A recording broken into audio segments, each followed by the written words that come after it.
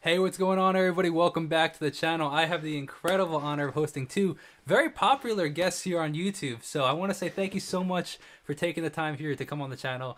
Can I have you guys introduce yourself for the people that aren't familiar with you guys? Absolutely. So I'm Waleska, and this is my brother Efra, and we do music reviews on YouTube. We have a Yeah. we have a podcast actually. Yeah.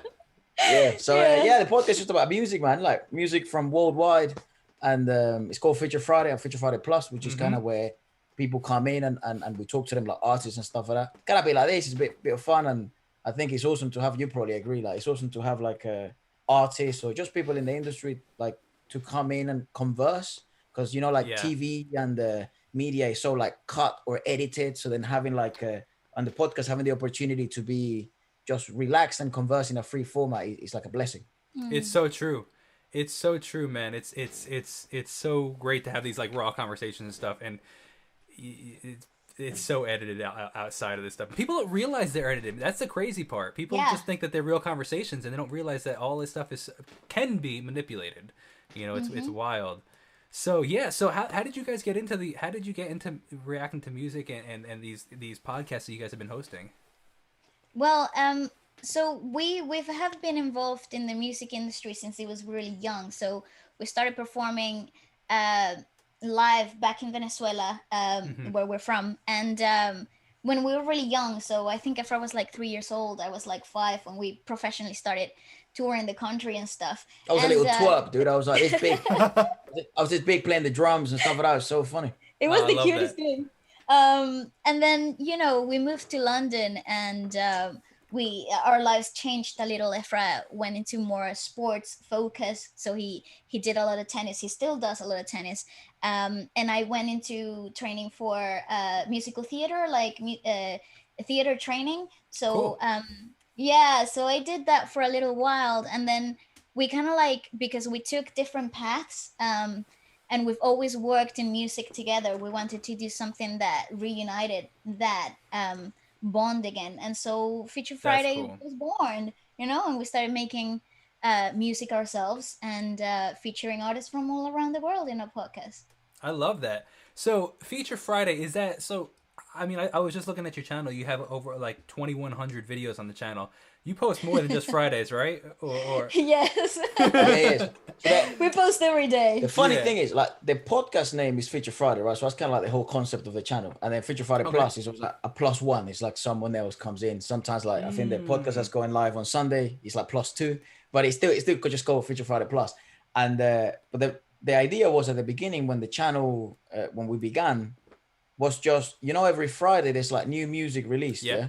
Yep. Yep. So we were like, oh, let's just check out music on a Friday, Mm. and then let's talk about it. But it actually began like just one video every Friday, right? And then just sort of as traction began and stuff like that, we were like, yeah, we just post every day, and then the things that go out on throughout the week, like the videos and the reviews, we call it Feature Friday Extra because it's like even though it's not a Friday extra, and if you the mojo is kind of like you should live every day like a bit of a Friday, you know what I mean? Exactly. Same vibes. It's like Hey, That I like that. I like yeah. that a lot. That's actually pretty cool. So you're living a party every day. Yeah, I 'cause, love on that. Fridays, like everyone's like, oh, looking forward to the weekend, or it's like you're about to do something fun. So if you have the same type of like energy on a Tuesday or a Wednesday or a Monday, it might be more pleasant. Who Yeah. knows? That's a great life philosophy, man. That's pretty cool, actually. I like that. Do you guys explain that in the videos that you should like live every day like a Friday? That's No, we cool. really I don't. We just think kind of that's so cool. we just kind of like approach every day like it's a good day, like it's a Friday.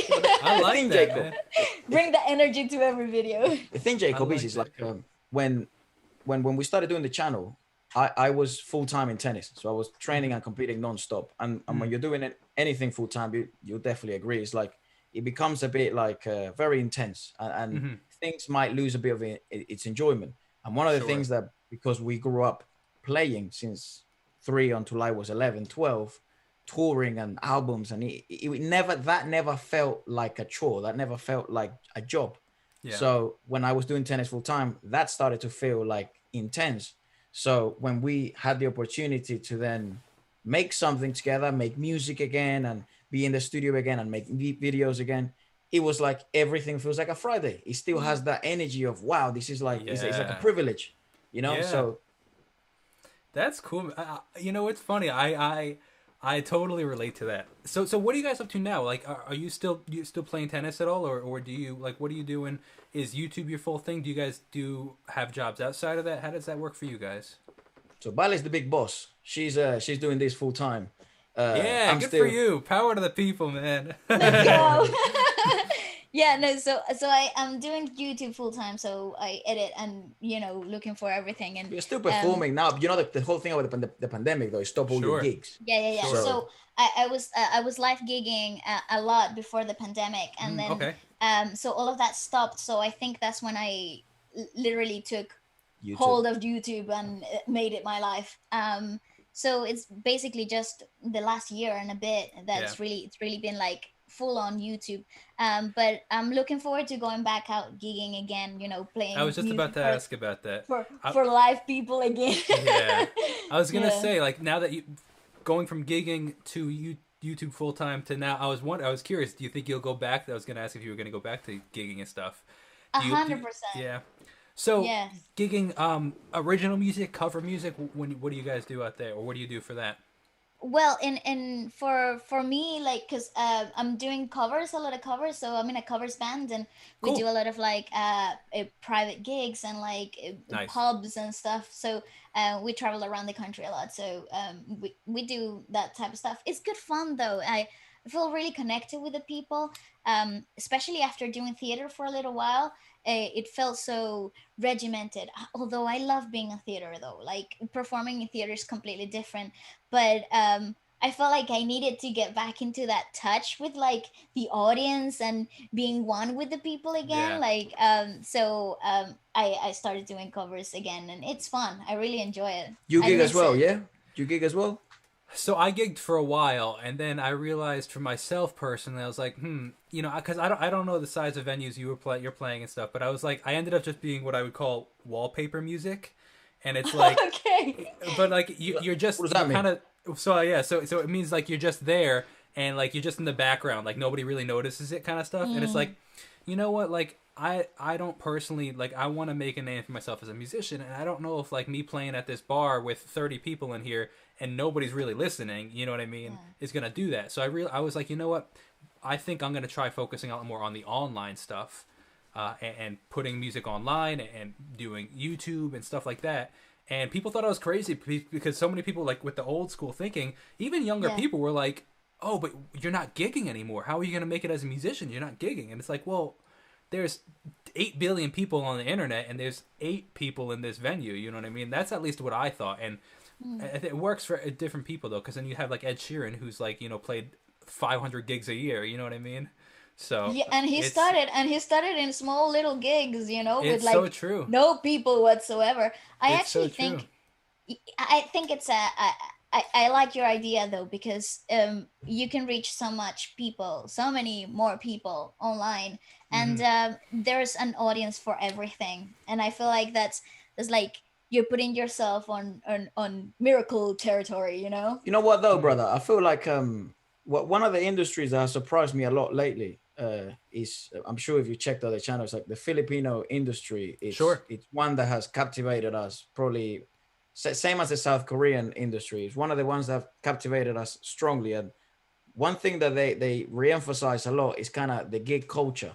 And Hmm. so I agree with you in the fact that obviously 30 people, it's not better than 100,000 people or Hmm. 60,000 people.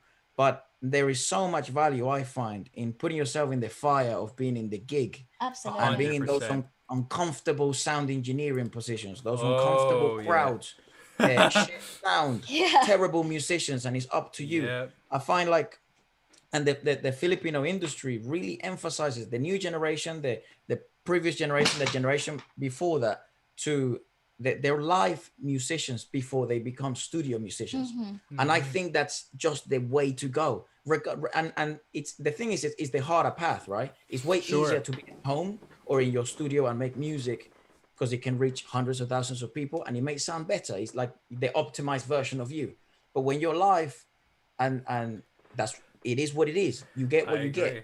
So I also do find so much value I in couldn't agree just doing those more. gigs. I I couldn't think you agree learn. more. Yeah, I think the experience that you gain being on the fire, like, and being able to uh improvise in the moment is something, like, it has no way of, you don't have any way of doing it unless you're in it. Yeah. So It's rough though. You said it like you kind of like wallpaper music though as yeah. well. Yes, Yeah, yes. exactly, exactly. But I couldn't. So I couldn't agree more. It's, you said it so well, and I think that that's, you can tell the music. Like, so I've definitely put my share of time in, and that's why I relate to this and find this so funny. Is because, like, you can tell the difference between an artist that hasn't gigged a lot and that has gigged a lot, because I agree.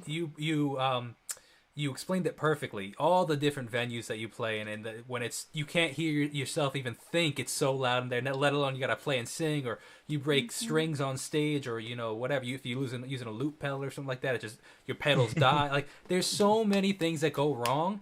You just learn to kind of brush it off and work in the moment. And you can tell when these other musicians, like I played with a lot of musicians, you could tell when they're not used, even fantastic musicians, you can Yeah. tell when they're not used to playing live, because they get mad stressed.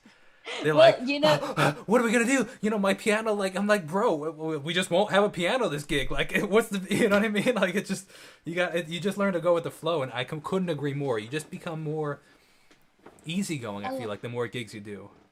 yeah, I think it becomes like your second really tough skin. It's like putting Yes. on a leather jacket. Yeah. And it only comes from being on the fire. It only It's comes so from true. there. It's And I so mean, true. like, how many stories are there as well? Like, Ed Sheeran's one of them, right? Where he was doing these, these crappy pubs in London, where it's like Nobody would see 15 it. people, 10 people, 5 people, and they're all pissed off their heads. They don't even know who you are, So it's like, but what a performer he is now. I mean, look Yeah. at the Filipino industry. It's like Yeah. they go to bars and they do covers. The They karaoke do culture is karaoke. ginormous. Yeah, like it's so easy, and So, they Yeah. make it sound good, which is the crazy stuff. South Korea, where they have these like award shows where like the engineering is against you, the sound is against you, and it's like, but now there's 30,000 people watching you. If you don't have those reps in the gym, where it's like Yeah, these man. crappy bars in the pubs, It's you're so gonna true. absolutely crumble. So it's It's so true. very interesting. You've been listening to Korean music as well, haven't you? A bit I on the have channel, been, yeah. like the I like the have big been. lads BTS and And even I've been getting into the Filipino stuff, actually. nice. I've been really enjoying it. Like, I just discovered SB19, and Oh, obviously nice. when uh oh my gosh, I'm totally drawing a blank on the guy that was on the Wish bus blew up. What was his name? There are Easy so Milk. many. Easy Oh, Mill, Easy Mill, yeah, Easy email. Mill. That guy, and then Morissette. There's so many Yeah. that they're just crushing it lately. Obviously, those are the bigger names, but I'm just saying, like, Oh, it's dude, fascinating. you're in for a journey. If you You're in decide for a to if treat, you though. decide to dive deep into the Filipino industry, it's one of the most stacked industries in terms of talent. And what we're trying to discover now is you kind of get the mainstream Filipino musicians and Hmm. singers, and then there's like the new upcoming talent. Which is scary good. Dude, Like, it's it's very intimidating impressive. how really good, and like the level of delivery, it's absolutely outstanding. Yeah. It's pretty freaking like scary. It's Yeah, you And can then intimidating. see their, like, there's just a level of dedication that I feel like that they have, and like you could feel it coming out of the music that you just don't feel Mm. coming out of other artists, which is very interesting. I agree. I feel like there is a certain definite passion Yeah, and love that comes from making music when it comes to the Philippines. Like, they really, I don't know, it's like they embody the art and themselves, And I agree. It's very wholesome. It's very honest. and another industry that has like absolutely blown my mind in terms of this same mentality of training. It's obviously the mm. South Korean industry, Ooh, which is like they actually have a system of training, which is Yeah. I just something learned about that. which how yeah. abnormal is that? Because Yeah. we approach many things like that. Sport, you go through an academy, Mhm. you go through a system of training. Mm. But with music, we have decided, that there's two arguments for it, right? Systematized music may only lead to like a formula. So therefore, all music then might start sounding the same. Mhm. But then the second argument is you're creating professional musicians, like genuine pros. No, professional performers, because you're not making musicians, you're making performers. And I feel like that has been so neglected before, right? Something that people didn't know could be done to that extreme, to that extent. And like I say often in the channel, but it's like having your presentation card be so solid, having your first impression of your art being so polished that by the time that 10 years have passed, I mean, you're a monster, Yeah. because you've grown a lot more, because growth is inevitable. But that first impression is so polished that it kind of makes you look back at it and try to analyze it, right? Yeah. I'm for it. I'm for the whole training process. I know a lot of people have their own thoughts about it, but I think it gives, as a result, really disciplined performers, and performers that are able to overcome anything because they have that training, you know. Yeah, what's your take on it? Like the whole system, as you just kind of find out about it. Yeah, I kind of just found out about it, and I find it pretty fascinating how like they essentially to some degree have to audition for some of these groups and like train for years, and almost, now that I'm thinking about it, it's almost like Broadway in the sense of you become like an understudy for so long, and you train and train and train and train and become an understudy, and then finally you could be the lead in, you know, Hamilton or something like that. You know, it's very interesting.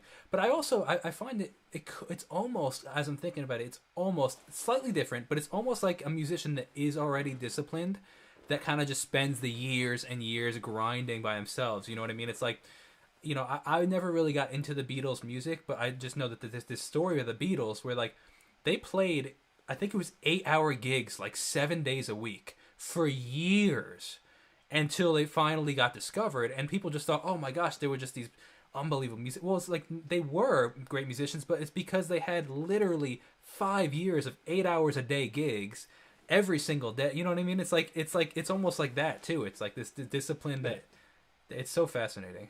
And look at the results. I mean, the BTS lads.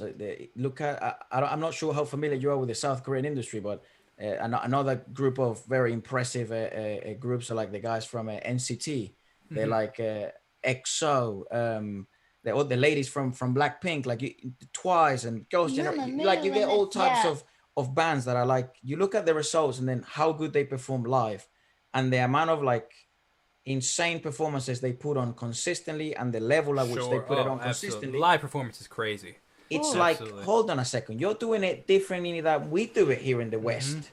Where is that coming from? Because I feel like, dude, these guys are dangerous, because it's like there is no competition. Like you look at a Korean pop live performance at the moment, and then you compare it to the most popular Western genre at the moment, which is most likely rap.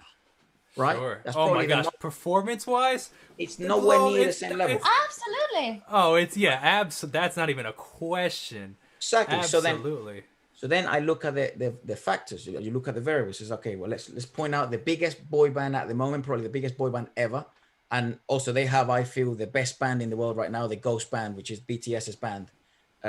We actually had the chance to speak to BTS's drummer. Wow, cool.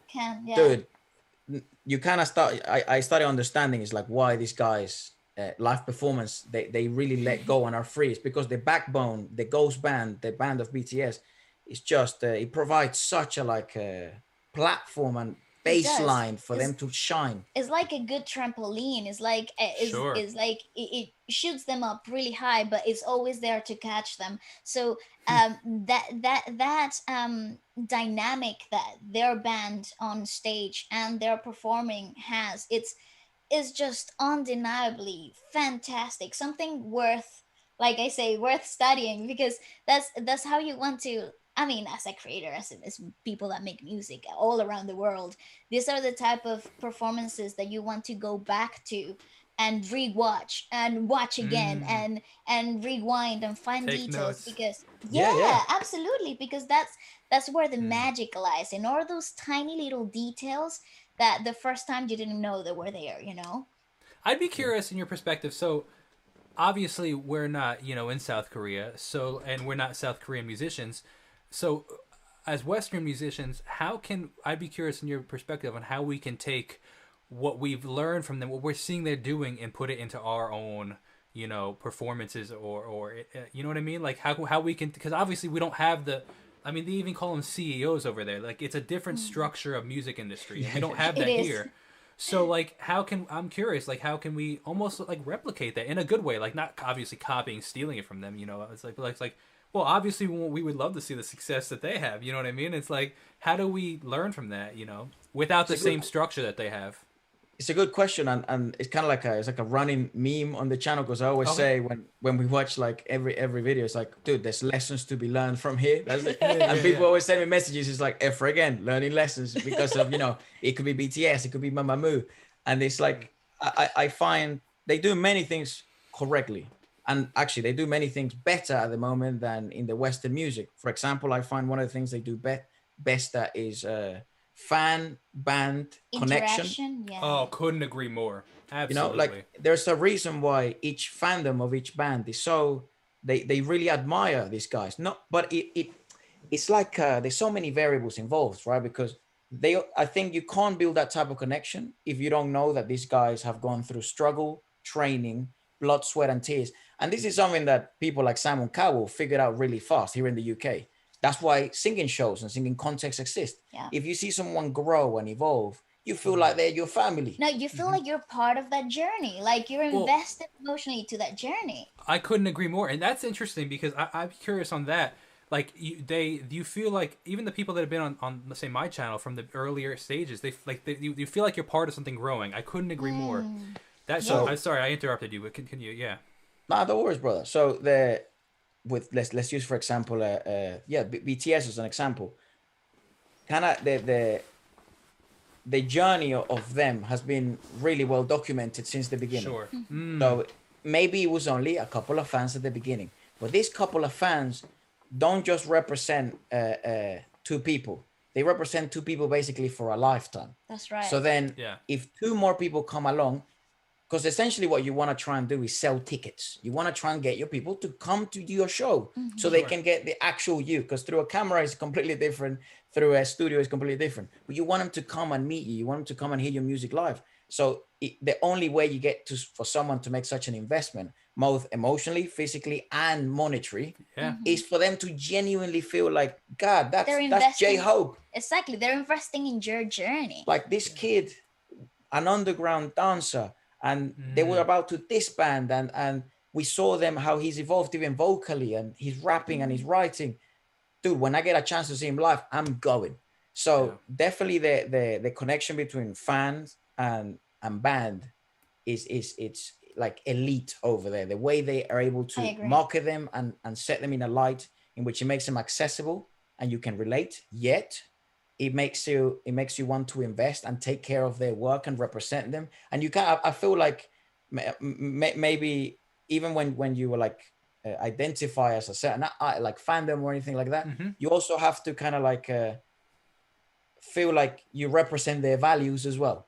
Exactly. You know? So it's super interesting, kind of the psychology behind it, but also how well they're able to do it. And that's certainly something I feel that that connection between fandom and band and artist can be replicated in the West Side, because it's amazing. I think so too. I think now with the social media and like the whole internet interactions, I feel like that is one of the things that we can easily replicate without the whole industry getting involved.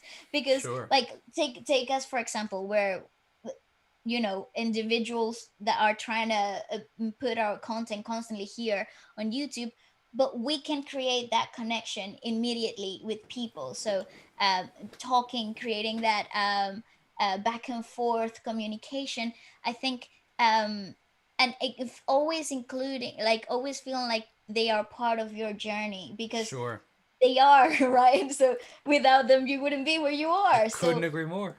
Do you not feel like you as well, buddy? Do you not feel like Jacob, when you get an artist, let's say in America or here in the UK, it feels like they're sold to be like another type of breed. They're like a different type of human. 100%. I could never do what these guys do. Yeah. So absolutely. I would buy a ticket, but he doesn't feel like he may not feel like they feel like I have any human, impact in their success. Yeah. Like I really don't have any impact in their success. Like a follow doesn't even mean that much, or like my money doesn't even mean that much.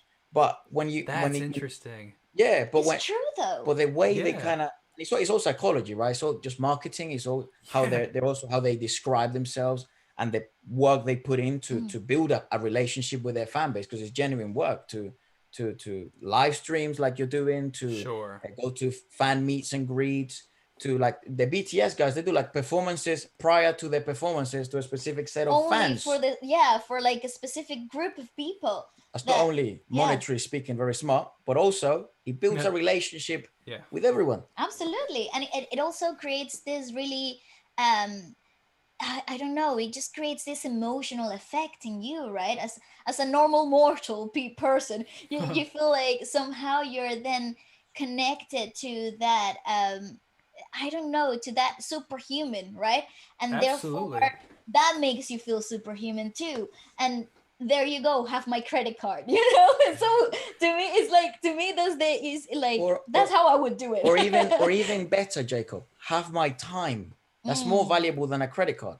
Have 100%. me watching a video. Have me investing my own thought processes and my own reality into the world that you have shaped for me, you know. Because some fans, like, you know, sometimes me included, like I wouldn't, sometimes I can't afford going to a concert. That's right. Sometimes I couldn't afford buying a physical copy of an album, you know. So but I watch the video and I hope that helps the artist. And exactly. when they then say, like, they mention it, it's like, oh, and thank you for everyone that couldn't even be here, and you know the journey, and it actually gives you goosebumps, and you're like, what the fuck, these guys are speaking to me. It's like, because you're helping them build that empire, and you're part of the little grain of salt in the whole sea, and that is so cool, dude, you know. It's so wild. It definitely it's a different mentality, like exactly like you said. Like it definitely takes longer. It's a lot more work, but it pays off so many dividends in the end. It's so interesting. Long lasting. That's why you're 100%. That's the result. 100%. It's super long lasting. It's so interesting. And there was like, so as you know, we're on live stream right now, and there's a comment I have to share this with you guys because it's so true. Somebody said, "Wow, they are so well spoken. It's crazy." It's so true, man. Like when you guys are speaking, I feel like you're like your levels up here. I'm like trying to keep up with you guys. Like, wow, this guy. You guys, I want to give you a massive compliment. I'm highly impressed with how you guys, you know, deliver these ideas that you have, because they are so well delivered. You guys are really, I'm like just very impressed when I. Thank you very much. Appreciate it, I feel like it's a very like high level conversation that's going on. You know, like, you're like, wow. I'm about to start taking notes over here. You're like, okay. No, please don't. I might say something really stupid next, and then you might actually have it written down. Oh no. So no. It's you know what I always say?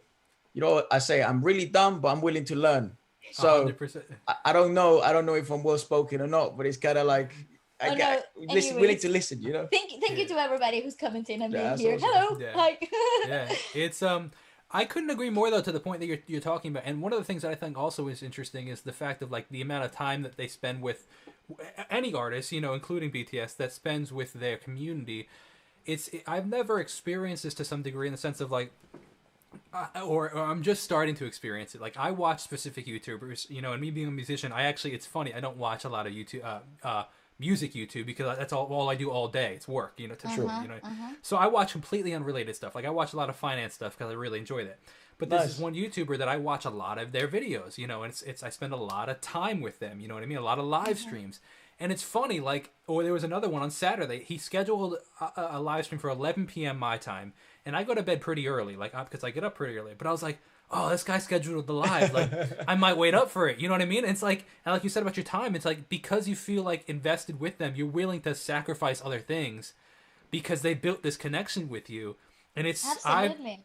And it's so fascinating. And like, I guess I'm starting to understand it, because I'm sure you guys have experienced this. Like, if you guys go live or something like that, it's like people are like, oh, it's 3 a.m. but I don't want to go to sleep because I love being with you guys. And like, that never registered. So I know that never registered for me. But then here I am, when like I know I have to get up mad early the next morning, waiting for this YouTuber to go live. I'm like, oh, now I get it. You know, now I finally get it. I've spent enough time watching these other people that I'm one of the people that will wait now. And I was like, now I finally get it. And I can only even imagine even more, like you said, like for like people like the army that follows BTS, you know. And it's fascinating. But I couldn't, you guys expressed it really well with the whole aspect of the difference of like the superstar versus the connected, you part of the journey. Like I don't feel like I have any result in Taylor Swift's success or Right. Drake's success. And while Who I'm a does? big, that's what I'm saying. You know what I mean? Almost like they're like, and I look. This is no shame against Taylor Swift. I very much like her music,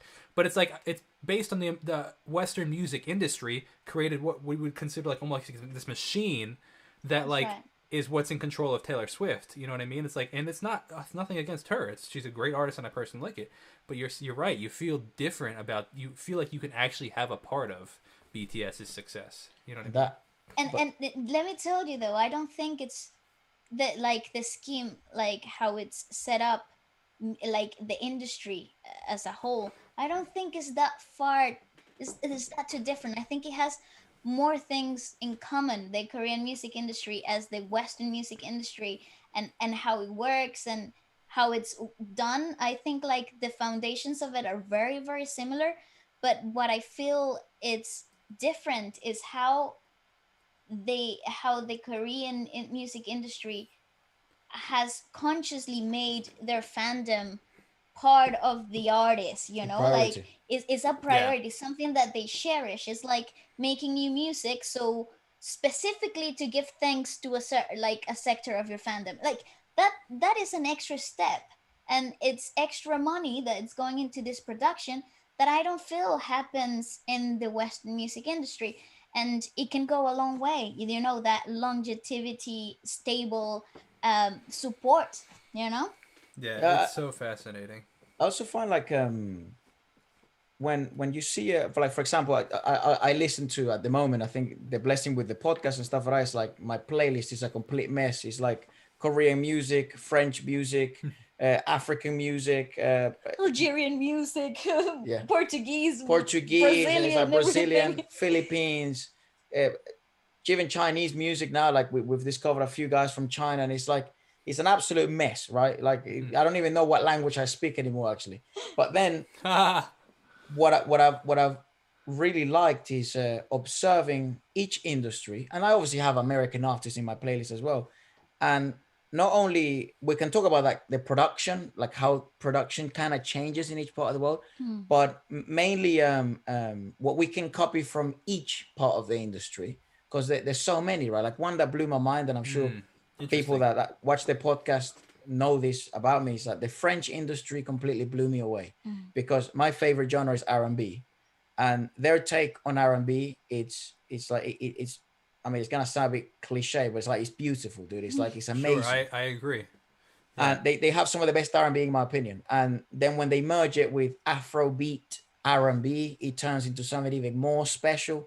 So It's great. they captivated me Well, straight it's straight from like the I feel start. like R&B is always known for being like this romantic style music to some degree, and then the Yeah. French are always been known for being romantic. So it's like literally Yeah. like perfectly there, like it's just perfectly. You know, it's funny. I But he agree, has absolutely. but it has a completely different feel to it. Like the Yeah. undertone of it is not so sensual. It feels more about like the wooing process, right? It's like you're enchanting something, somebody. I Yeah. think it's really interesting. I I feel like really that's right like. up that culture. Absolutely. Absolutely, Absolutely. absolutely. And it's just cool because then you have one of our favorite R&B artists from France is Takey, and he has this really cool Afro influence in his music, which you know you wouldn't think Afro beats, Afro music would be so chilled, and like it's such a great uh, trampoline for vocals, and it's just fantastic. It's a completely transcending like listening experience, so you should check it out. Yeah, Yeah. Takey So is Tayc. exact. So can you actually? One of the questions here in the comments is actually we'll get to a couple of those. Is can you recommend some new artists that you would love people that think need more recognition? Absolutely, mate. Yes, So who do you anytime. got? Who would you say? Well, R&B from France, Takey, Okay. Tayc. Also Daju, Dadju. JU. They're both from France. Maybe from From the Philippines, you can listen to literally anybody, also but my favorite is definitely JR, Kyla. You got Bugoy Drillin, Bugoy Drillin. Freaking fantastic. Um, KC Tandingan. Like Dude, Boy. when I speak about like their levels to the game when it comes to live performances, you have to see her live. Like, you have to watch her performances live. If people ask me this often, like, who's your favorite live performer at the moment? KZ Tandingan, dude. I beg of you, just watch it. And that's what when I watch her, I take out a notebook. I'm like, oh wow, look at the crowd control here. Yeah. Why did she take this much time? How did she sort out the monitoring issues she was having at the time? She is a master. It's fantastic. Really? She's only young as well, yeah, dude. She's like 20. Let me write it down in the comment section. Yeah, here. She's awesome. Tandingan. She is fantastic. From Korea, I'll say soloists. That they're not in bands. I love how passionate you guys are about the music. I just love it. I love listening to it, and I love making it. And like whenever somebody's like, oh, a nudge, there he goes, the whole fountain. Yeah, I love it. I love it. From South Korea, I'd say. Let's maybe someone who's not as popular at the moment. Gemini. He just came out. He just signed with a I think it's J Park's label, so AOMG. I think he just signed with them. Absolutely fantastic. R&B is up there. Also, Sam Kim from South Korea as well. His stuff is I think he is from Seattle. I think he grew up in Seattle. I think he grew up in Seattle, and he's making fantastic music nowadays. Dean, also go for it. Jacob, what type of music are you into? Like, what do you listen to? Well, after this conversation, I gotta start with I'm gonna do like a video on the channel. Be like, learning music from the Herreras. It's gonna be a whole series, man. Because I gotta be honest, I don't know any of these artists. So like, it's like I'm like, all right, okay, this one and this one. I'm definitely gonna check out KZ. You know what I mean? Like, listen, we didn't know any of this stuff like 12 months ago. We literally had no idea. Oh, Jacob, if you like the whole Korean groups, I'm not a big fan of pop. That's why I was very surprised when the whole K-pop thing, how different they play it. But my favorite band when it comes to like non-pop. If you like acoustics, R&B, if you like ballads, EXO. Just listen to EXO. It's unbelievable. Listen to their pop stuff if you want, but listen to their B-side tracks. Yeah, and like their acoustic live things are absolutely impeccable. The best acoustic performances, I'll dare to say, right now, probably some of the best live acoustic sessions they have in the world. Wow. And they're older, like 2016, 2017, so... It's fascinating, man. It's amazing how, with the internet, the world has become so inclusive in the sense of like, 20 years ago, if we were having this conversation 20 years ago, we would not be talking about anybody outside of the U.S. or the Britain. I agree. It's the way the world was, and it's amazing because of the internet. Now we have access to all these other artists. It's amazing. Yep. You know what I mean? It's so fascinating. Do you listen to? Well, look at what's happening. You're in New York, are you? Yeah. Well, look what's happened with like Latino music, dude. Sure. It's like, to me, as a Latino, obviously, like from Venezuela, when like you hear music here in London in Spanish in a club and people actually know this song, you're like, what the fuck is going on? Literally, 15 years ago, outside of Latin America, nobody knew of Latin terms or Latin rhythms. Outside of Latin America and my family parties.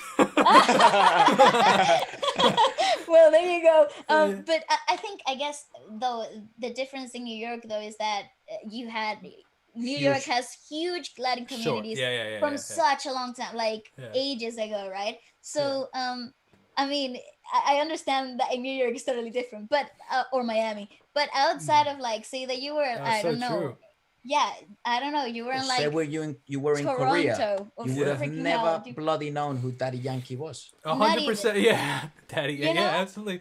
Rompe, damas gasoli, That's how cool the music world has connected due to the internet. Yeah. It's so nice. What I'm finding even more fascinating is how these other influences are influencing pop now. Like, let me say Western pop, like that. I don't exactly know. There's so many people call it the different things, but like the 1 and 2 and 1 and 2 beat that we've heard forever from Daddy Yankee and all this reggaeton kind of stuff. We've heard it forever, but like now it's like you're hearing in everything. Drake One Dance or anything that's popping now has that 1 and 2, and it's like I feel like I'm at like I said, my Latin parties growing up. You know what I mean? It's like, or you even take like these like Middle Eastern kind of vibes, you know. So for example, I don't know how much music theory you guys know or anything like that, but like there's a specific scale that has that. It sounds like the belly dancing, you know, snake calling scale. It's called the harmonic minor. Oh, the harmonic minor. Right. Yeah, yeah, yeah. Yeah, the harmonic minor. Yeah, and it's just a very distinct sounding thing. Like by me saying the belly dancing sound, we know what it is. But that sound is like very distinct to that Middle Eastern kind of vibe. But now we hear those tones inside of like pop now, and it's so fascinating because like I could pull up my phone, open up Spotify, and listen to something from South Korea, from New York, from Venezuela, from you know, all these different places in 5 minutes, you know, which wasn't possible before. You know what I mean? It was so interesting. I totally agree. I think we're at a point in technology and like the internet that is so exciting for music and like creators from all around the world. I think if it was hard to get to have a crossover, you know, now it's so possible. Now it's so easy to get that, and you know, I wouldn't say it's easy, but it's definitely easier. I agree. Well, my bad. 100%. Yes, I totally agree with that. But the tool, like the opportunity is there. Like you might have to build your own bridge, but the materials and the tools are there, right? So it's so exciting. And Vale, when the hell was it even possible to build your own bridge in the music industry? That was bloody impossible. You couldn't. Yeah, not independently. I talk to these musicians that are like a little older than I am, and it wasn't possible, you know. And there's two sides to every story, right? The grass is always greener on the other side, because the alternative is like when you did start to get traction 30 years ago, like there was a good chance you'd make some real progress because it was impossible to make traction. Now here, I feel like there's so many people trying to make music and become something in the industry that's flooded. But it's the same mentality that I think that works. Is like, if you keep working and you keep going forward, it's gonna pay off. You know what I mean? Like, it's so easy that it's almost like it's too flooded with people that really don't know what, like, not necessarily don't know what they're doing, but like aren't gonna go anywhere because they're not. It's not their job. It's a hobby. You know what I mean? And I don't know. It's fascinating, man. It's so interesting. I think it's a perseverance game, though. Like I couldn't agree more. Yep. Yeah. I think those people that are making it as a hobby, or they haven't found out whether they want to do that as for a long life career, I think they eventually filter out, because it's a perseverance game and it's about persistence. And let me tell you, there's nothing harder than that, right? Nope. There's nothing harder than maintaining the workload and having the same vision for a long time. So I think the people that are successful today that have done it independently are the biggest example of perseverance in the industry. Yeah. I couldn't agree. I couldn't agree more. It's so true. And that's a perfect segue actually into your music. I would love to talk about that and like what you're up to with that and how that's going for you. Well, you know, we're making music.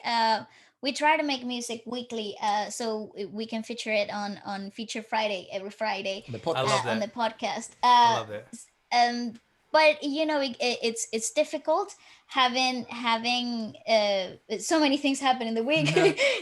Sometimes we don't get to do it weekly, but we do record often, and we do it here in our living room, putting towels in every window and every door. And, right, you know, especially now during the the whole pandemic, because you can't really go to a studio or anything. You know? So it's the objective, like at the moment when it comes to music, I think especially for you, Ballet, it's like, let's get back gigging, right? Let's keep putting those reps in again, right? Because it's been like a year and a few months, a few months without gigs and live stages and live performances.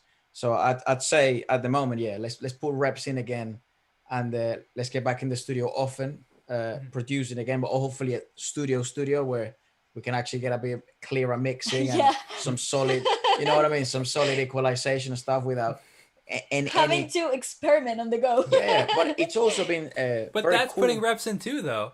I think that's putting reps in too. I think I actually like when artists start recording their own music rather than going to the studio, because you know, I think that I don't know. I think that artists can waste a lot of money, and everybody's journey is different. So like when I say this stuff, like if you guys ended up doing it this way, like and it worked, that's amazing. You know what I mean? Like I said, like, But like I've seen, let me phrase it. So I've seen a lot of musicians. Their first song that they want to go record, they spend $2,000 on their first acoustic single because they go into the studio thinking that because they're going to a studio, it's gonna be amazing.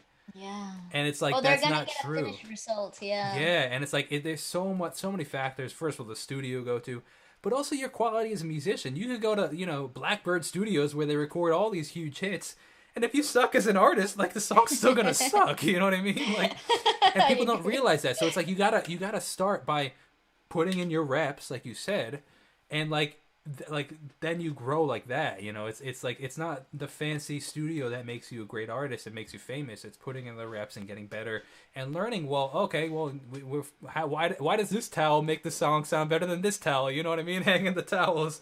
I think that's super important. Definitely. I think it's super important. I think it's that part of like being experimental and being open-minded, because talking about self-made albums, you gotta listen to Lizzie McAlpine's "Give Me a Minute" album. Her stuff, like she recorded and mixed everything in her room. Cool. And I think she said in an IGTV or like a live stream that she did on Instagram, I think she said something like, I mixed and recorded everything with GarageBand, and I was like, wow. What? What?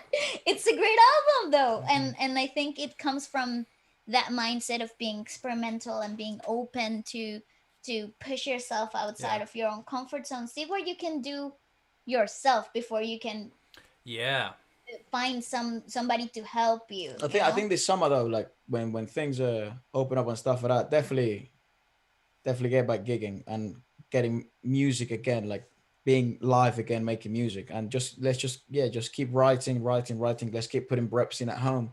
But I think maybe this year towards the end, because we've been really blessed this last year where we've been able to speak to a lot of artists and people who have a name, and it's very, very interesting to see their journey and hearing their journey and their writing process and their tips. Sometimes we also have private conversations where how are we gonna take our music to the next level and where the next step is. So it's been very interesting year to kind of like let's keep training, let's get in the gym, but let's also go to the library, let's also keep reading, what I mean? Let's keep listening, let's keep listening to advice, and then probably in the summer, hopefully by the end of this year, maybe we'll even consider dropping our first EP. Maybe we'll look into that, because the podcast it's in a I mean, very it's an amazing place, and it's unbelievable to me that's even a thing. So props to everyone that even tunes in or watches it and hears it. So it's in a very peculiar place, and it's all new to us. So I think this year has been super focused on the podcast, and it's kind of driven it a tiny bit away from the music, but we're still in the gym, I guess, putting in work with the music. But it would be awesome to have a finished EP by the end of the year, and having it as kind of like our debut EP. Yeah, that would be awesome. I would love that. After having such a long break from music in since we were kids, so, and doing it independently, which should be fun. Absolutely, man. I couldn't agree more. I mean, I love making music, so I totally relate to what you're saying. There's such an amazing thing about that, So definitely keep you posted. I want to hear if you guys are making something. I'd love to hear it. But we have I don't know if you've heard it, but we have quite a decent range of songs on the channel. So they're on a playlist. But you don't consider them as EPs, like, or official releases, or just singles? No. They're just singles. Yeah, they're just music we put out every week. Yeah. I love that, man. That's great. So how do you find? Wait, I'm curious. With you guys finding all these different artists and artists that might not be necessarily discovered, how do you?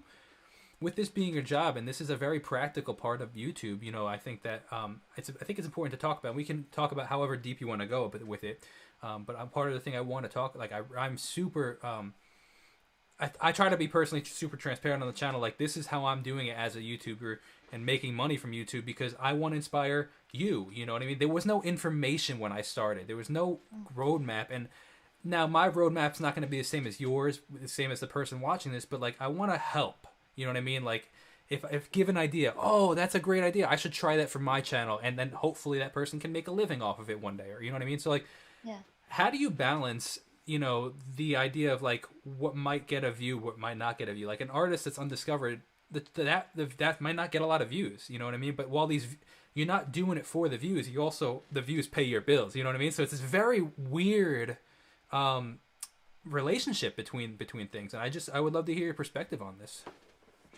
Yeah, go ahead. Sure. Yeah.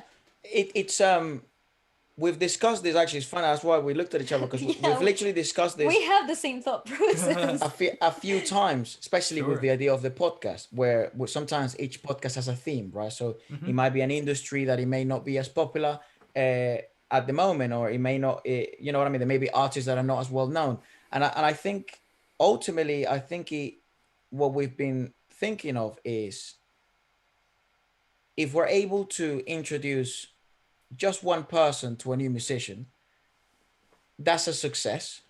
Of course, the views matter, because if you can introduce 10,000 people to another artist, that's even better. And if you can introduce 100,000 people to a new artist, that's even better. But the way I guess we kind of judge it, it's maybe less on the viewership, even though viewership does matter. But I guess more on the how enjoyable of an experience is. Like one of the other conversations we've had, it's sometimes there are music that may not be down an alleyway, like our taste, or maybe we didn't think it was, like, you know, some of the artists we check out on the channel are like elite level. So it's like, to some extent, there has to be value in every artist that we check out. So we've had that discussion as well. It's like, because you can't really fit everyone in on the channel, you know what I mean? It's impossible. Like it literally cannot happen. So I guess we kind of judge it more on how enjoyable the experience of reviewing the artist has been or is, and also because viewership is also a decent way of judging if it resonated with some people. So if it resonated with a lot of people, that also means that they also seem to enjoy that artist as well. Exactly. You know what I mean? So I guess it's a decent, healthy balance of views may not be a priority. You should keep them in mind, but also be an enjoyable experience should be a priority. But keep in mind as well that you live in a world where you have to pay bills. And and what will resonate with your audience as well. I think it also comes from, like I said, making music is being a bit experimental, so not being afraid of perhaps trying something that you didn't think it would work, because you might be pleasantly surprised. Dude, how many times has that happened to us? Absolutely. Like the majority of the time, if it's not 75% of the time, you are pleasantly surprised with the results, and not only the viewership, but the experience for yourself. And I think one of my favorite discoveries in the channel has to be finding out Dean for the first time. I was like, Korean music, I know nothing about it. This guy is fairly new. We don't know anything about him either. And then, we put out those videos out there, and I just found out one of my favorite new artists, like somebody that I constantly listen to. And I think it has to be that balance. And we call and the it views in don't Spanish, matter in the end if you're not That's happy. right. If you're That not is happy true. with it, it's like, what's the point? Like, you're just gonna burn out. Just like we have the unbelievable fortune of being what's called the YouTuber. You know what I mean? Which is supposed to be one of the best jobs out there. And then if you're just going for the views, you're gonna be just as miserable as some guy that has to go to an office because he has to pay bills. It's like it literally makes no sense. You know what I mean? So that's why it's so important to stay happy and well, of course, you view the views. It's not the underlying everything. You know what I mean? Well, I mean, again, I think it has to be a priority because you need to live. Absolutely. if you're doing full time. Especially if you're doing YouTube as a full-time thing, right? It's like you can't just do things that maybe are super enjoyable to do, but may not resonate with anyone. So maybe then it's a matter of, I don't know, maybe making it somehow so that the things that are super, super interesting to you, you can kind of help people gravitate to that. That's the cool thing about the online world as well, right? It's like, dude, I saw it the other day. There's like a lock picking channel that has 8 million subscribers. Wow. Okay. Wow. Like, what a niche. That's so niche. Like, who the hell But I enjoyed it. I actually did. It was so fun seeing him open up the thing. I felt like a thief, even though Bro, that's bad. I'm But I also felt 100% awesome. gonna be go checking out this channel after Yeah, the fact. I think his name is Oh my god. lawyer. What the fuck was it? Picking Lock Lawyer or something like that. They're He gonna should come have up. 8,000,001 subscribers after this. He's so funny, but it's obviously he's at the level now where he has even people so that don't random. know who he is or that don't are not into lock picking enjoy his content because he's become really good at it and the setup is enjoyable and it's all Sure. cool. But anyways, it's like in the online world you can literally find people that like something as much as you do, and they may not be 12 million people, but if it's Yeah. 50,000, if it's 20,000, if That it's number is 100,000. crazy. No, just think about it. Have you ever seen 50,000 people in one place? Have you Yeah, ever? I'm sorry, I'm not BTS. mean, like I haven't Yeah. filled out Wembley Arena. You know what I mean? know, I hear you. It's I crazy. haven't been to a concert where there's 60,000 people in one. Nope. I don't know what that's like. I Yeah. don't know what that looks like. And to think that you have somehow connected in a somewhat a level to 60,000 people. It's like, Yeah. what the actual F? That to Yeah. me is like a mind-blowing moment, you know? I couldn't agree more. crazy. It's so true, and it's so easy, man. Oh my gosh, like it's like so easy to get lost in those numbers and forget that. You know what I mean? And which to some degree is a benefit and a bad part. You know what I mean? The benefit is like when I start thinking about that, it makes my stomach churn. I'm like, oh shoot! Like if I have a pimple on my face, that means that 60,000 people are gonna see that. You know what I mean? Like, but then it's the alternative. Like it's such an honor that I can't you can't even fathom like what it like. You know what I mean? It's such a it's so wild to think about that 100%. Plus, I And it's so also important to think about that.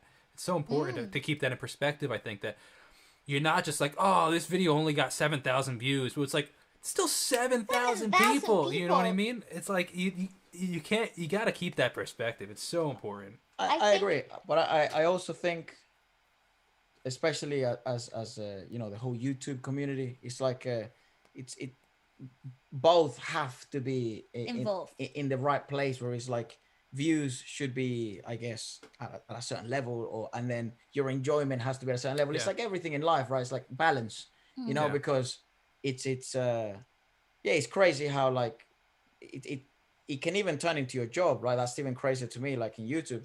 But it's amazing that it can, but it's also unbelievable that sometimes there's great YouTubers out there that may not be making that much, and they put up an insane amount of work for their videos, like especially because you're kind of sometimes on YouTube at the mercy of algorithms and at the mercy of like what gets pushed, what doesn't.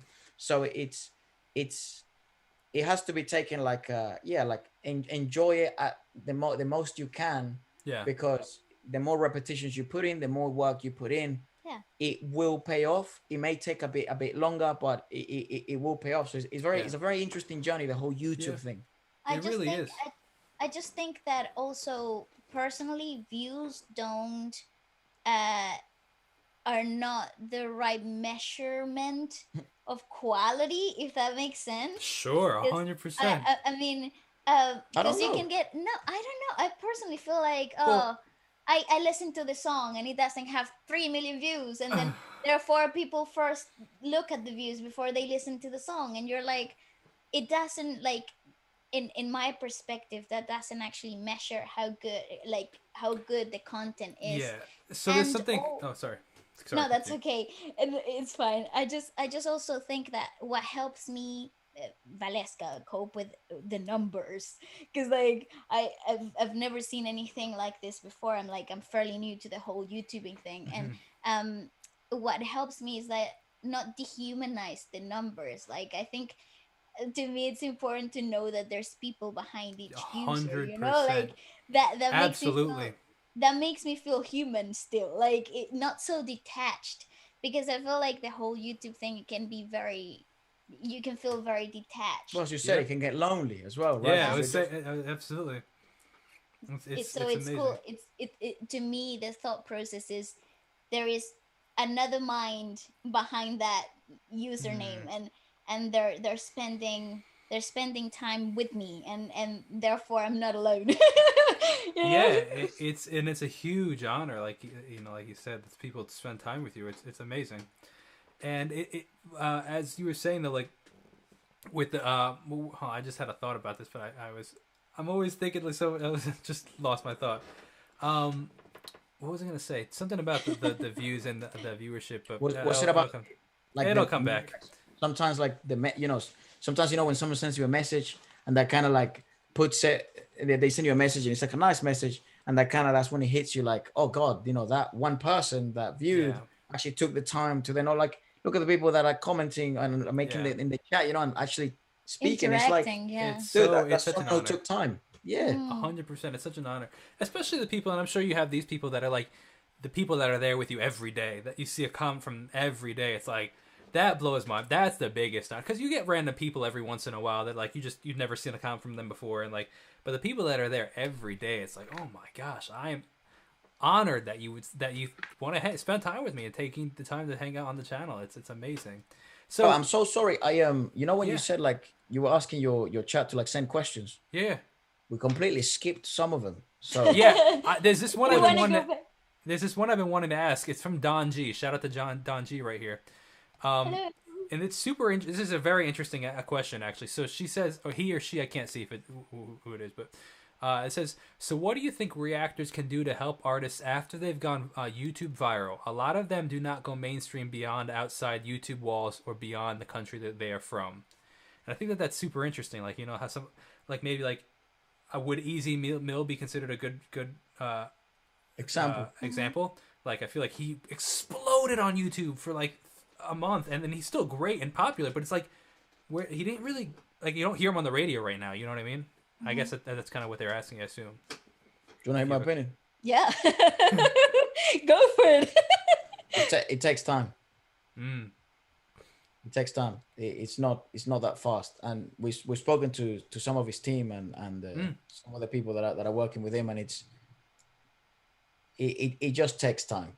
He's doing fine, and I think it's a matter of when it comes to the reactor community and stuff like that. I sometimes, how people say it's like, oh, like you reacted to a video, maybe it got so many views and that somehow helped the artist. It's like, I guess, thanks, but it's like that whatever was going to happen with the artist was going to happen regardless, in the sense that the video obviously had an impact, but it's also a matter of like what's Easy Mill's objective, like what does he actually want, right? Because most people also have comes down to the artist, but most people have an idea as well, like going mainstream is the right move to make, right? But is it?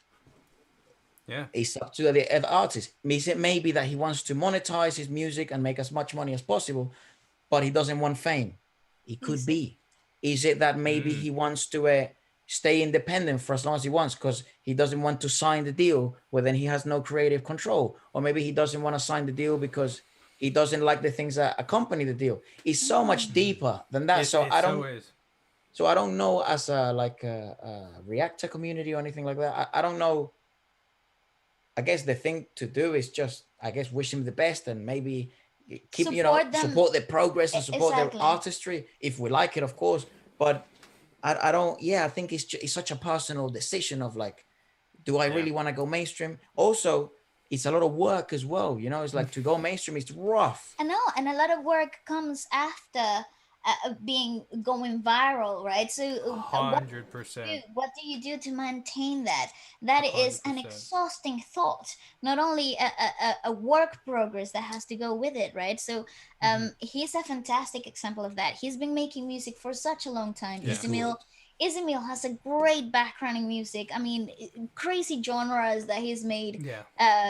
So many different takes, so many different sounds that he has been able to put in a little compact package of his own music, but is the fact that now he's gonna have to carry on that crazy amount of work, and he's with the right people, though. I feel like he has the right people around him, and as part of the YouTube creator, like a reactor community, I think it all comes down to constant support. I don't feel like, I personally don't feel so influential. Like, I don't feel like I would make a difference, but it is I think to the artist is that support, like you are here, we're streaming, we're listening, and I think that's important. But between you and me, Jacob, he's just give it a couple of months for Easy Meal. He's in good hands. Yeah, he is. Yeah, The I believe it. fella's in good hands. And I think another thing that you guys didn't mention, I think that too sometimes I think with the creation of the internet. Now this is not speaking about Easy Mill. This is just a general statement. You know, some things I've seen, especially is the fact of like how because we have the internet, it's so easy for an artist to go viral for a second, and they might not be ready to go viral. You know what I mean? That's They a might. great point. They might. It's like it's so out of your control. Like tomorrow, my song could have 10 million streams, and it's like, well, what if I wasn't ready for that? Not even first of all, like myself, what if I didn't want that? Which I mean, I would love that, but I'm just saying, like, but the alternative is though, like, what if their career is not ready? What if they like in the sense of like they don't have the structures in place to support it? You know what I mean? And that's why I actually think that the slower growth for an artist is so much better. Like, you know, Ed Sheeran, we talked about him 100 times. So playing in front of 10 people to 100 people to 1,000 people to 100,000 people is so much more sustainable than just all of a sudden being in front of 100,000 people. You learn processes from when your guitar string breaks for playing in front of 6 people, how to deal with that. You don't know that process of, you know, when you're in front of 100,000 people, like you don't know how to handle it. It's not only overwhelming, I think, but it's also like you just learn about how the industry works, how to handle your art, how to handle pressure, how to handle you like it's like slowly dipping your feet in the cold water, and like as you slowly dip in, it's not as cold anymore. You know what I mean? It's like the same kind of concept. The only difference, Jacob, is that water is not only cold, but it's full of sharks. Yeah. So it's and you learn how to fight the sharks as you go in. You know what I mean? It's you get and then hopefully you end up alive and swimming well. Hopefully. Exactly. It's fingers true. crossed. Yeah, but you know, and you have so many fantastic examples of that. You know, you have artists that have never played on a live gig before, and they have gone absolutely viral. They become an absolute sensation, platinum records, right? And then they're playing in front of a stadium full of people that they like have Shawn Mendes or something. And I don't know the story. I don't know Shawn Mendes that well. Is that kind of like his I think story? he was found on like Vine and YouTube, and then I think his first gig he played was opening for Taylor Swift. I think I heard that somewhere. And I'm like, oh my God. Here I am playing in front of 6 people, and he's in front of 60,000 people for his first gig. You know what I mean? Like, yeah, it's but crazy. you don't know the psychological impact that has. 100%. You know, like, I couldn't agree more. Absolutely. If you're not ready up here, if you're not ready in here, if you like your mind and your body aren't aligned, dude, playing in front of 22,000 people, it's gonna mess you up 100%. You know, so you cannot that's what I allude to when I said it's being aligned with your art. It's like when you see artists that are really aligned with their creation, because I feel like those are the type of artists that when random virality comes through, it's in place, they're ready for it, and they will know how to continue that momentum. They will use that momentum to something greater in the future, you know. Well, I don't know if you follow TikTok, but there are so many songs that went viral on TikTok, and you don't hear of the artist ever again, and they're huge. Everybody knows the song, and then you just don't hear about it. You know what I mean? And it's really interesting. It alludes kind of back to what we were saying with the Korean industry before, of like you know, BTS is an example of the training system. It's like they started performing in front of literally nobody. No one knew who they were. Close to difficulty. The label was very small, right? And then all of a sudden, things start gradually, like BTS is only taking over the world in the last 2 years, right? Mm-hmm. But they've been out for a while. Yeah, you know, like 2 years time, I think it's nearly gonna be a decade. Mm-hmm. So they've been doing this for a little while. So sometimes it just takes time. Also, you know, there's also obviously a bit of luck involved, and the stars kind of aligning. But it's certainly, I do agree with you that there's certainly it's certainly beneficial to have a gradual, slow growth than sometimes these absolute high peaks and then either plateaus or dips. Yeah, so, I think they're too unpredictable. They're too unmanageable. Yeah. You know, when you're that slow progress, that's you know, that constant movement forward, it's way more manageable. I think also it gives a lot of time for the artist to gain perspective as it keeps moving forward. Like it's like adapting to a Yeah. really bright light. You know how your eyes sometimes Yeah. go whoa, and then you got time to adapt as you keep going. And I think it's that's just my personal opinion. I just think that's way Yeah. healthy for the creator. I couldn't agree more. This is a great question. This is a tough question, but a good question. Why do you think some artists get away with changing their sounds album to album and some don't? Oh, that's Changing their sounds as in styles and Yeah, like yeah, yeah, feels exactly. to music, like, and some don't. Like I personally think it has to do with the personality of the artist itself. Like like you could listen to it, for example. I think Miley Cyrus is a great example of that, right? Bringing that whole retro feel electro into pop. it when she was known for being country or Mm-hmm. pop, right? So bringing, I think it comes to the personality of the artist itself. What kind of personality, though? I'm curious on what you mean by that. Can you You elaborate? know, like, yeah, sure, people that are openly experimental in their lifestyles, people that are a bit fearless, people that don't stick to an aesthetic, maybe, you know, that are constantly Mm. changing. Well, do you not remember? Miley Cyrus is a good example. Do you not remember how Miley went from obviously Disney, right, being Hannah Montana, Mm-hmm. and then making songs like The Climb, Mm-hmm. Yeah, right?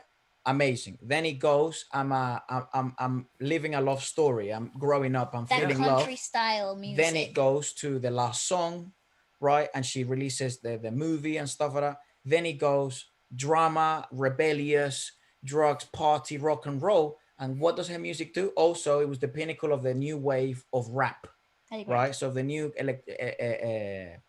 auto-tune type of rappy sound. So guess what? She starts making songs about drugs, and that actually represented her lifestyle at the moment as well, and partying and sex and Yeah. everything. So then it goes, I'm coming down like a wrecking ball. Bam, but it actually represents how she's feeling, and it's Yeah. a line is congruent with her life. It resonates with people because it was actually true. Yeah. Then things pass. She gets what is it? Nodules and she gets surgery, She her get, whole voice changes, Yeah. right? So that personally on the artist, that's a huge deal. That's a Sure. huge deal, right? So that change that came after, it was only understandable. So I think the audience didn't even think about, oh, she's making a new album with a completely different sound.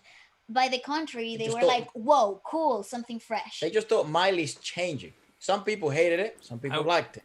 I would, the way you're describing it, I would actually consider if it's the fact that they love you as Miley, rather than they love the genre. You know what I mean? Like an Absolutely. artist that I'm thinking of right now is Coldplay. They've been around forever. You know what I Dude, mean? Yep. forever. And they've had so many different styles from working with the Chainsmokers and having with that song whatever the superhero song Yeah, yeah. Yeah. and to even their songs like that when they were super involved in like the colorful stuff, it was like super dance, you know what I mean, like A Sky Full of Stars and super like And EDM dance. And then you have collaborating with Beyonce, being really pop, and yeah, yeah, and then you have their rockier stuff, and then the singer songwriter stuff like Yellow or The Scientist, and like, but people love Coldplay, and it's like it's not, they don't love that one song or that one genre. They love Coldplay. So whatever Coldplay is that's right. about to do, same thing with Taylor Swift. They love Taylor Swift. She can go from Hmm. country to pop to whatever. Indie, and it's Yeah, fine. exactly. Yeah, Hmm. exactly. That's a great way to describe it. Yeah,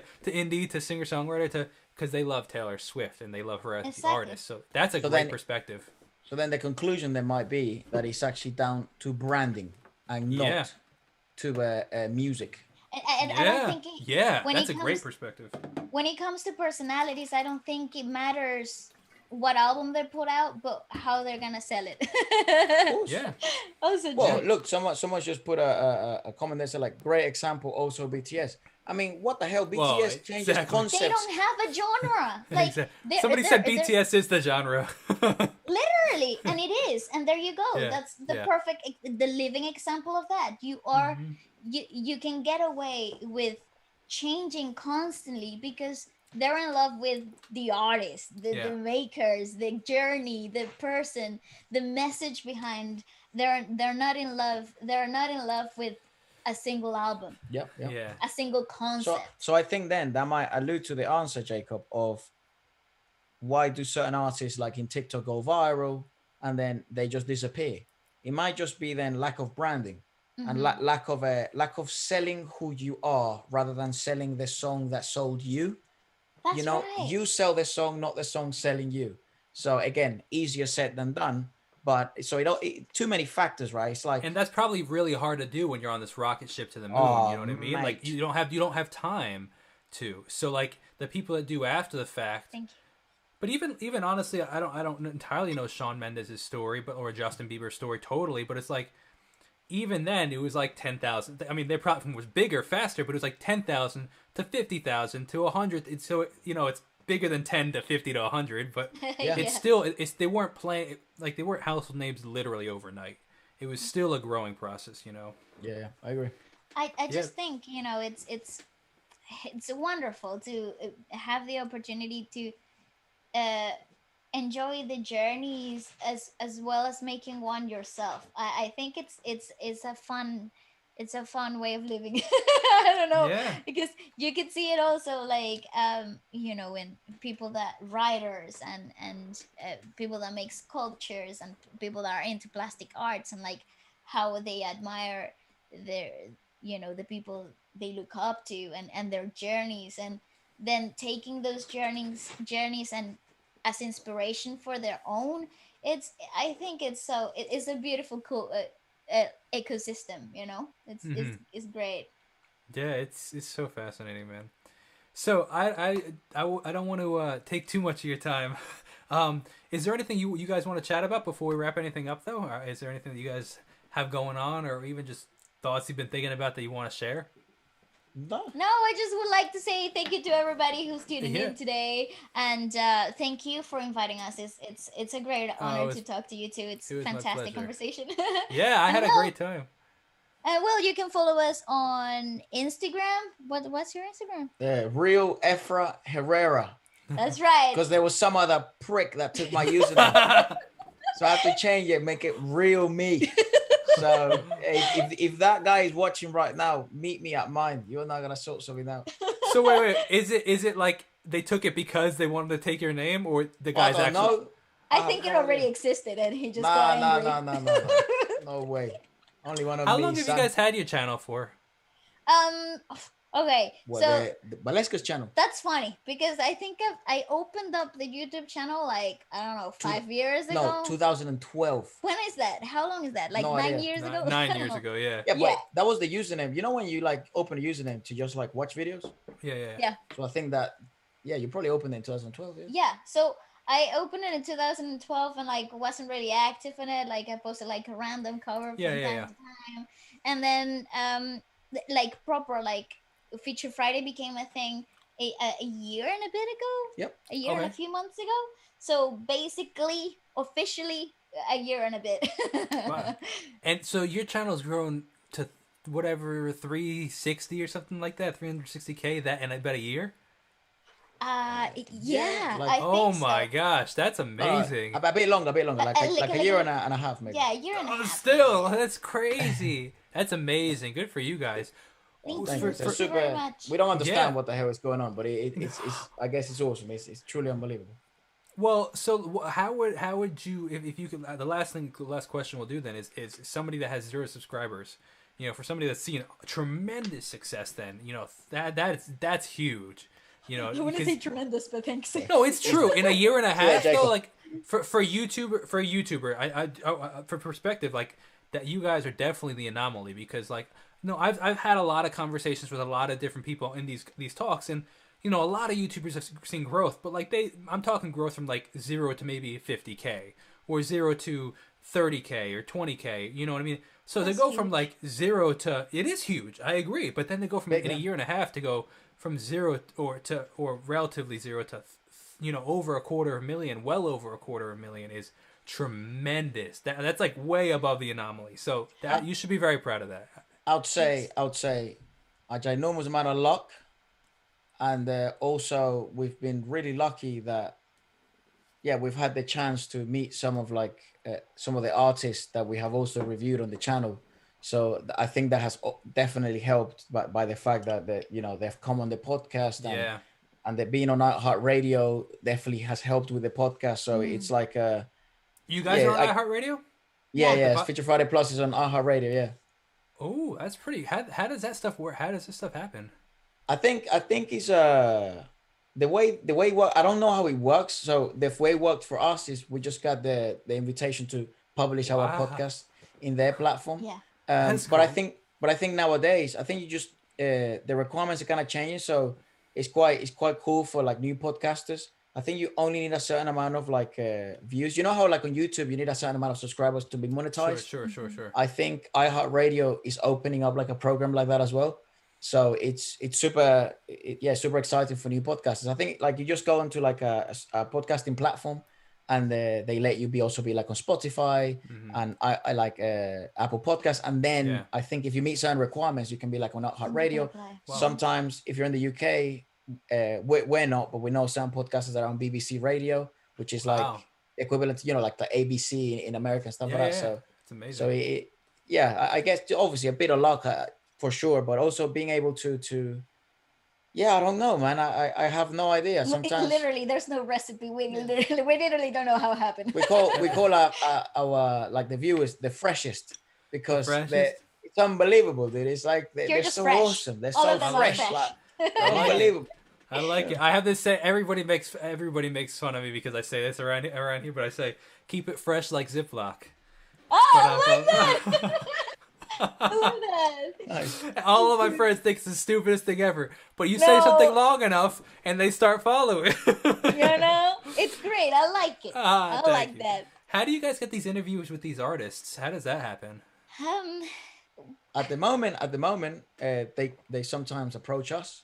Wow, cool, Um, interesting. I guess when you and do we- them enough of them and they get enough views, that's I interesting. guess I have no that would idea. make, that would make sense. Yeah, that makes sense. But also like luckily at the moment as well, we've been able to work with certain labels from specific industries. So say like they have an artist from that label, so that kind of thing. Also, yeah, just sometimes just talking to them. You know, Do you just find better messaging them. better success? I'm just thinking for myself getting people like on the channel. Like, do you find better success talking to the actual label or talking to the artist himself? I think it it so depends, dude. it depends. Interesting. Like it really does. Like you could be reaching out to the person and they can get back to you like in the instant. Yeah, And yeah. sometimes they'll never see the messages, and Yeah. it just comes down again luck. Who It's knows? true. It's so true. Who It's the so hell true. knows? It's just It's so true. I hate to give you a wishy-washy answer, but if No, really it's is true. like a true answer to that, it's And to some degree, like it's like when luck meets perseverance. Like, you know, some of these interviews, like, I mean, the only opportunity, like the reason I got to talk to you guys is because I also sent out a ton of ton of requests to people, and you guys were so gracious to actually answer. You know what I mean? But it's like, it's an honor. So it's amazing. No, completely. no. Honestly, thanks for the having pleasure us. is mutual, brother. Absolutely Thank you. pleasure, man. All right, so we're gonna wrap this up. But if you guys just hang out for 2 seconds, thank you guys so much for watching. I really appreciate you guys, and you know, definitely from how they were saying it, they definitely appreciate you guys being here. I really enjoy this. You guys seem like real cool people, man. So thank you so much for the time and also Thank for you. everybody watching. And I will see you guys in the next video. If you guys want to check out the rest of the stuff, go check out their YouTube channel, but also their Instagrams and everything. And definitely